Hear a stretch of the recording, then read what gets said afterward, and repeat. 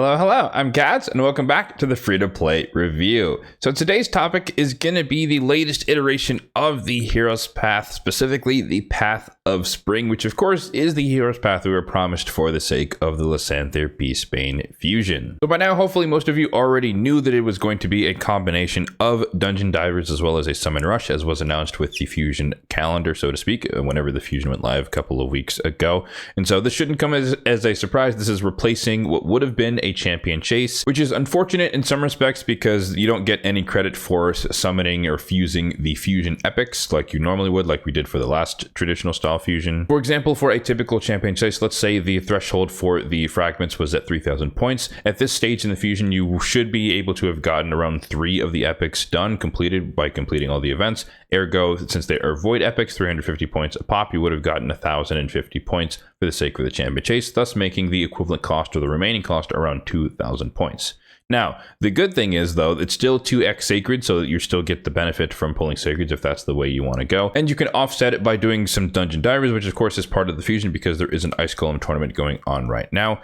And I think the most important thing to note is that you're not gambling on what you get in terms of a champion chase. The points are relative to what you happen to get from your shards. In this case, a Summon Rush is dependent on the type of shard that you decide to pull.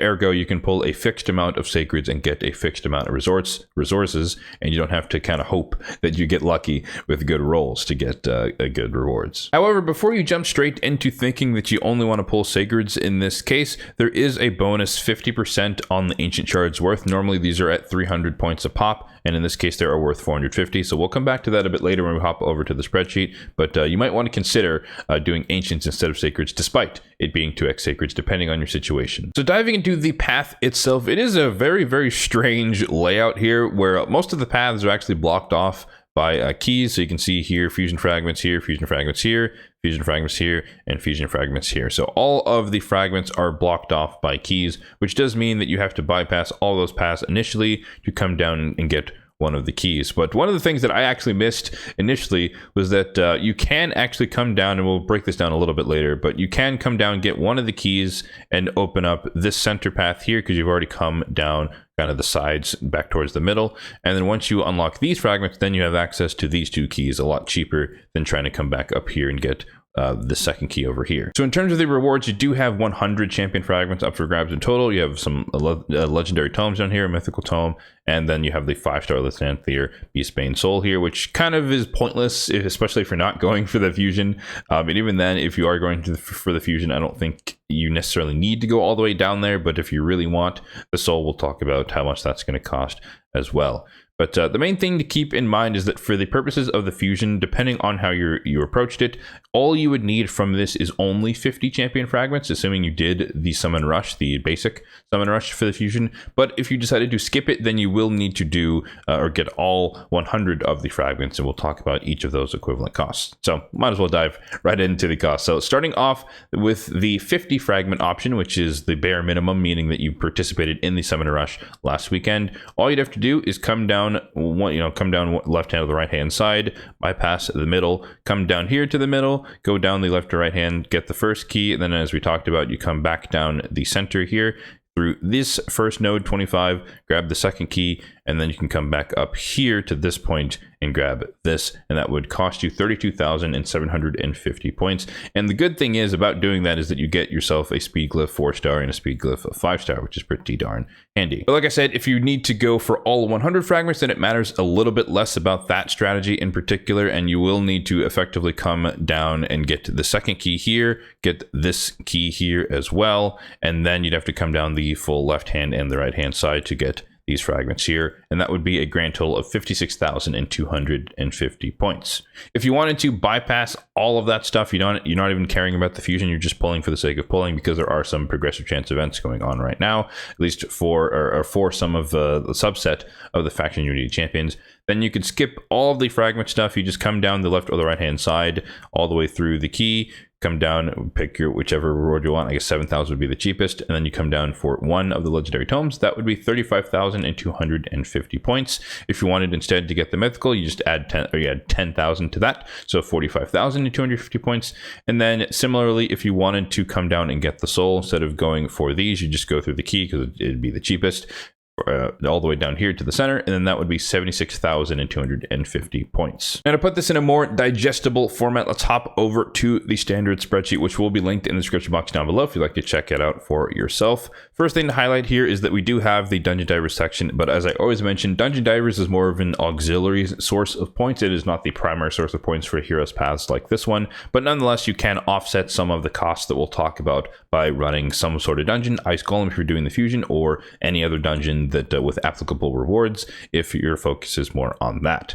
So over here, we have each of the paths that we discussed here, the 50 fragment option, the 100 fragment option, legendary tome, mythical tome, as well as the soul. And then down here, we have the equivalent costs. So one thing I want to point out here is that for the purposes of the fusion, if you just wanted to do it entirely with shards and ignore the Dungeon Divers aspect, then you would be paying upwards of 8 sacreds just to complete the fusion, and that would be to get 50 fragments, which you could argue is higher than normal. The summon rush last week was only 6 sacreds worth, and now this one is up to 8, which is higher. However, you can also acknowledge the fact that you are effectively paying at that point for the Dungeon Divers portion of that if you ignore it entirely, and so it's a little bit higher because you're doing 2 events in one, so you can think of it that way as well. The other option to consider is the folks that skipped last week's summon rush and you wanted to spend all of your sacreds on this particular side of the fusion, then it would only cost you 13 sacreds, which means that you probably got the better end of the deal because, like I said, the first summon rush last weekend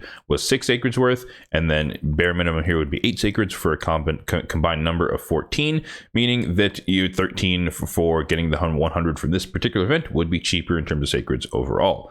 However, as I hinted at earlier, because ancients are boosted by 50%, you can see here 450 instead of the 300 or 1.5 on the multiplier there. It would only cost you 73 ancients to get the fusion completed if you were doing option 1, which is just needing to do the 50 fragments, and then upwards of 130 if you wanted to get all 100 fragments. And just for the sake of comparison, if we take away that multiplier, normally this would be 110 ancients and almost 190 ancients, which is a lot worse. And so you could see that that makes a substantial difference in terms of what it would actually cost and what's a reasonable amount of ancients for one to be sitting on at any given moment. So I think that this is a very, very viable option depending on how many ancients you have. And if you're in a particular situation like myself where you want to save your sacreds, then ancients is a better deal in terms of just getting the fusion complete if that is your goal. The trade-off here though is that the 2x is only on sacred shards. So on paper, you will get more bang for your buck in terms of pulling sacred just because you're much more likely to get a legendary compared to ancients. And since the ancients are on base rates, you could pull 100 and something and get barely any epics and a bunch of rares. So if you're just doing that to get the fusion complete, then it could be more efficient in terms of the quality of shards you choose to use.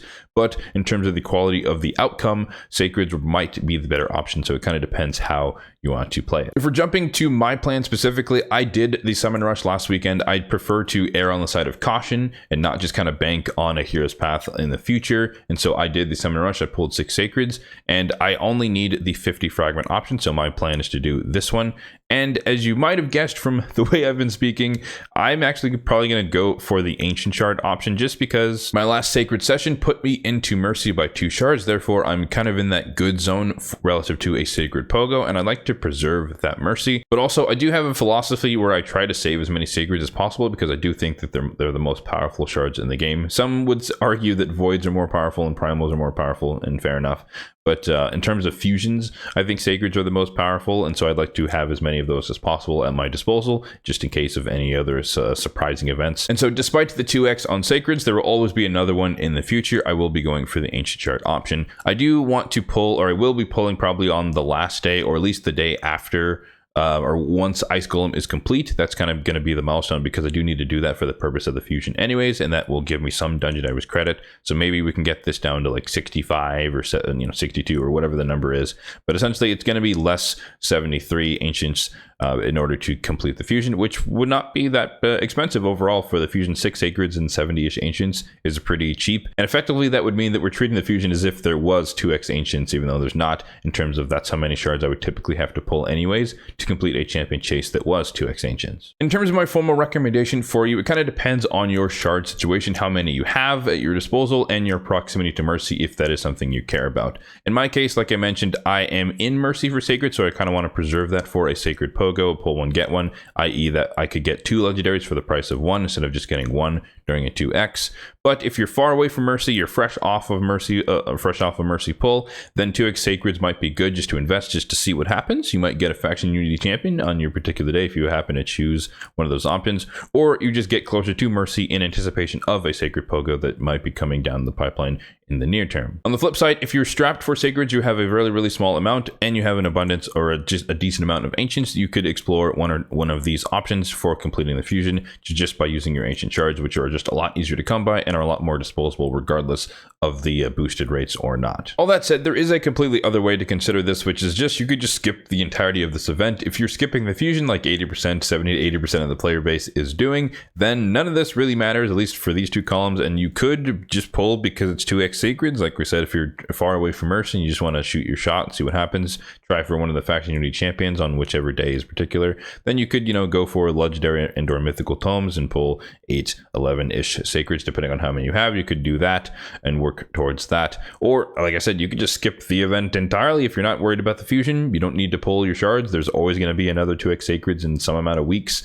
So it's not that you have to pull for this one in particular, just because it's so special. So that is another way to think about it. You could just skip this entirely, save all your shards, especially if you're not doing the fusion. So there you have it. That's going to do it for the free-to-play review of the Path of Spring. Let me know in the comment section down below what your plan is relative to this path. Are you going for the 50 fragments, 100 fragments, depending on how you're approaching the fusion? Or are you just skipping the path entirely because you don't care about the fusion at all, which I do think is a very viable option that applies to potentially majority of players. As always, if you did find this video helpful, then be sure to hit that like button down below. It really does help out the channel, and feel free to hit the subscribe button down below as well if you are enjoying the content overall on this channel for more content just like this one in the future. Thanks for watching and have a good one.